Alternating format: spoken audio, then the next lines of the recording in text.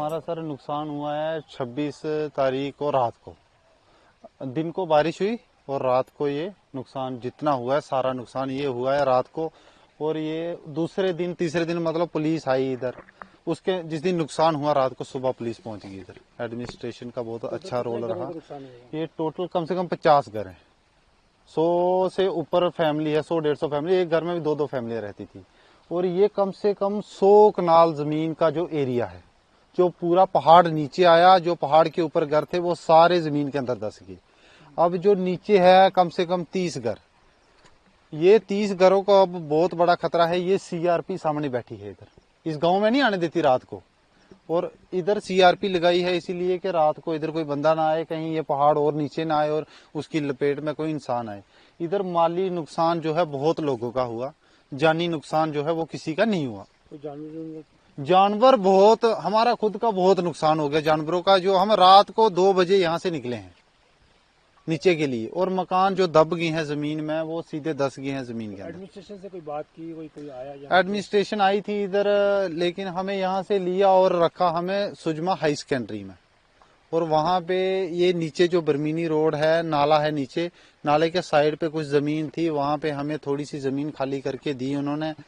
जो फॉरेस्ट की लैंड है वो दी हमें। और वो जमीन पे हमने टेंट लगाए, अपना माल मवेशी वहां पे रखा। यहाँ से पुलिस ने रेस्क्यू करके सारे लोगों को ले लिया नीचे।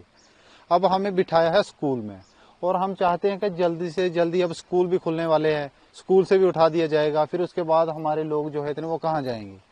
तो उसका अब एडमिनिस्ट्रेशन से गुजारिश है, उमर अब्दुल्ला की सरकार से, सबसे हमारी यही गुजारिश है कि आप वहां पे आए और मौके पे देखें।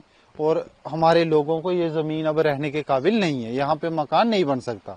तो आप हमारी ये जमीन जो है, ये सारी फॉरेस्ट लैंड जो नीचे है, वो हमें जितनी जितनी बनती है इन लोगों की उतनी उतनी दे। और ये सारा एरिया जो है आप फॉरेस्ट वाले कवर कर सकते हैं। इसको हम लिख कर दे देंगे कि आप इस एरिया को कवर कर लो। दिखा जाता है कि टोटल कितने गांव में कितने घर थे जो टोटल थे, जो घर नुकसान? पूरा गांव ही तबाह हो गया? पूरा गांव तबाह हो गया। ऊपर टाप पे घर जो है उनको नुकसान नहीं हुआ। जो टाप पे घर है, जो इधर पहाड़ी पे घर थे ना, ये सारे नीचे आ गए। ये देखो सामने वाले ऊपर जितने घर है सारे नीचे आ गए। हमारे नीचे जो घर है इनको भी खतरा है, लैंडस्लाइड हो रही है, अभी भी हो रही है, बारिश हो रही है। तो सरकार से अपील है, हमें कोई टेंट वगैरह दिया जाए, खाने का इंतजाम किया जाए। हमें अभी तक कुछ नहीं मिला है। तो अभी क्या रहने लायक है कोई? ये जमीन टोटल खत्म है, इधर 100 साल तक कोई नहीं रह सकता। टोटल खत्म, डैमेज हो चुकी है।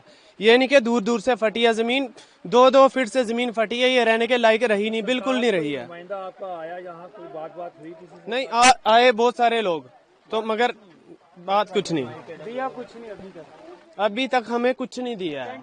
टेंट भी, खाने का इंतजाम कुछ नहीं। हमें कहीं साइड पे बिठाया जाए जहाँ पे हम मसरूफ रह सकें अच्छे तरीके से। ये जमीन टोटल खत्म हो चुकी है, इसमें अब कुछ नहीं बन सकता। हमारा माल मवेशी कुछ नहीं मिला, मकान टोटल डैमेज हो गए। हमारे पास अब रहने की जगह नहीं है। सरकार से अपील करते हैं हमें रहने की जगह दी जाए।